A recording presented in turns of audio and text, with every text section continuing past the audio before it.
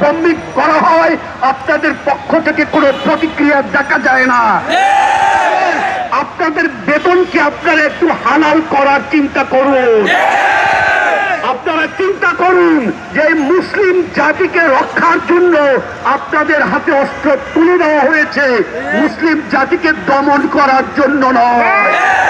সুতরাং আপনারা আগামী দিনে কেমন ভূমিকা নেবেন, কি দায়িত্ব পালন করবেন, এর উপরেই নির্ভর করবে আগামী কতদিন আপনাদের এই সকল বাহিনী, মুসলিম বিশ্বের বাহিনী টিকে থাকবে, নাকি এই দেশ কত দ্রুত ইসলামের দিকে ধাবিত হবে।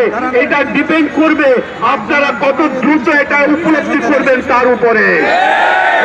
আপনারা সত্য পথে ফিরে আসুন, সত্যকে উপলব্ধি করুন এবং এই দেশ ও জনগণের যে আদর্শ, বিশ্বাস, ধর্ম, এটাকে রক্ষার জন্য আপনাদের সকল পরিশ্রম, চেষ্টা এগুলোকে ব্যয় করুন।